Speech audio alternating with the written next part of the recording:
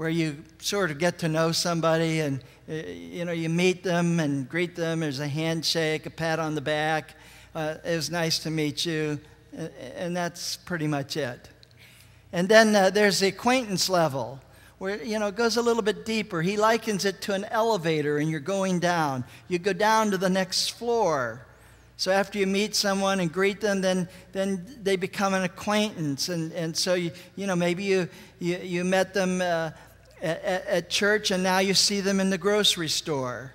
And so you chat a little bit, and then you find out that you have a common friend, or you find out that you both belong to the same political party, or you're both in the same neighborhood, or whatever it is. And so you become a little closer.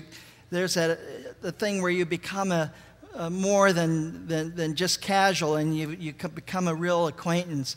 And then you become a best friend. Someone that's close to you, and someone that you share things with, someone that means something special to you, and you tell them what you're thinking. But then, according to Dr. Montgomery, there's another level, and you take the elevator down to the bottom floor where you deal with another human being on the level of intimacy. You not only tell them how you think, but you tell the other person how you feel. And there's some vulnerability here. Because if I tell you what I'm thinking and how I'm feeling, then I'm exposing myself to you. And if you reject me, I'm very hurt by that. So there's a risk in doing that. But what he's saying here is that the risk and the reward are both great. So go ahead, risk it, and get the reward that you have come into contact with another human being, and that human being understands how well you think and how you feel. And as I said before, sometimes this is your spouse, sometimes it's a relative, sometimes it's someone outside of your family, just like David and Jonathan. But there's a real intimacy there. Do you have a friend, this kind of number 4 friend, where, this intimate level? Someone that you trust with not only your thoughts, but your feelings. Do you have that kind of a friend? I invite you to take your clickers, make sure it's still on. And the answer to A is yes, I have that kind of friend. B, yes, it's someone at the church.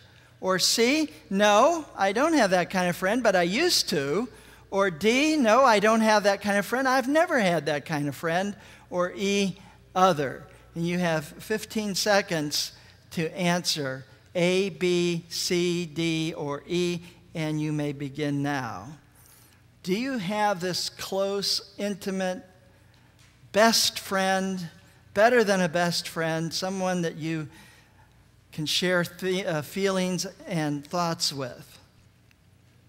Okay, 93 of you responded, and this is what you said. Yes, a lot of you have best friends.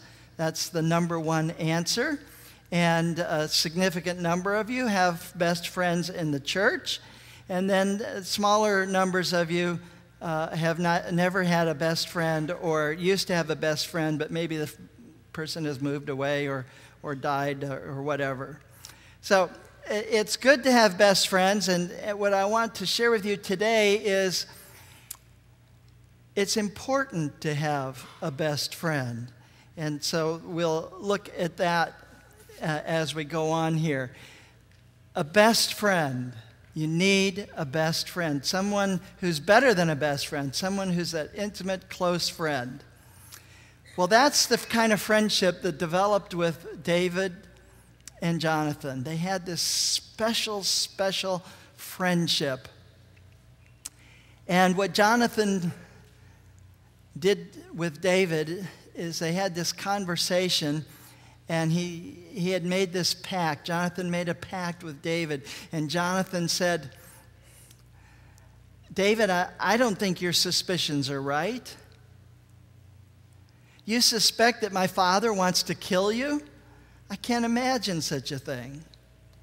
But I'll tell you what, I will try to be the mouse.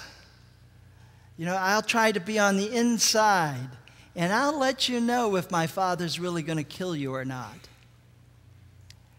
And so David said, all right, and they worked out a signal.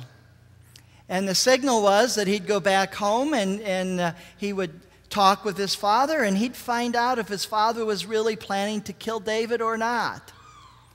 And so he found out the answer, and he went and he told David, but he didn't tell him, you know, with an email. He didn't tell him with a registered letter. He couldn't get close to him enough to talk, but he said, here's the plan.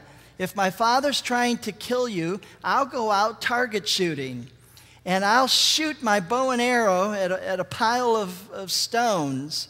And when I send the boy to run after the arrows to fetch them back, he won't know where they landed exactly, and I'll tell him that if they're off to the side, that means that you're going to be able to come back to the king's house and you're going to be okay. But if they're way beyond, and I tell the boy, no, go look further, go back further. If I tell him that, that means that yes, my father's going to try and kill you. And so Jonathan went out and he did the target shooting and he shot the arrows. And then he told the boy to go pick up the arrows. And when the arrows were shot, it indicated to David in the code they had worked out, yes, my father's going to kill you, or at least try to kill you. So the Bible says in chapter 20 of 1 Samuel, as soon as the boy was gone, David came out from where he had been hiding near the stone pile. Both of them were in tears as they embraced each other and said goodbye. And then it says, especially David. You see, what happened is that Jonathan says, yes, my father's going to kill you. So they know something's up. They know that there's going to be a parting. And they loved each other in this special friendship way. And they were so close to each other, just better than brothers, that David had this heartbreak.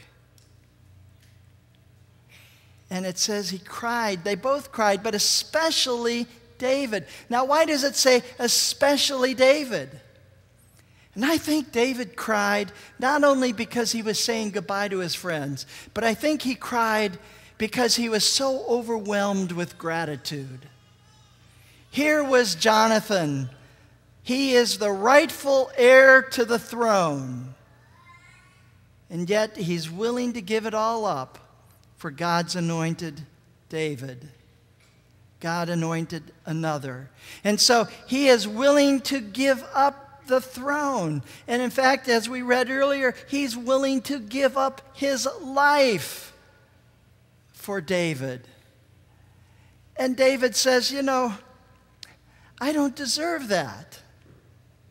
And so David was so overcome with gratitude that it says he especially cried because of all that Jonathan was giving up to save the life of David, God's anointed. At last, Jonathan said to David, go in peace.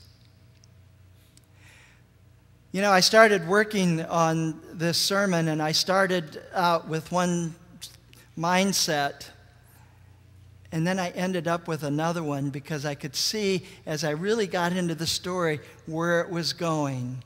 And it was not necessarily just about the close friendship between David and Jonathan.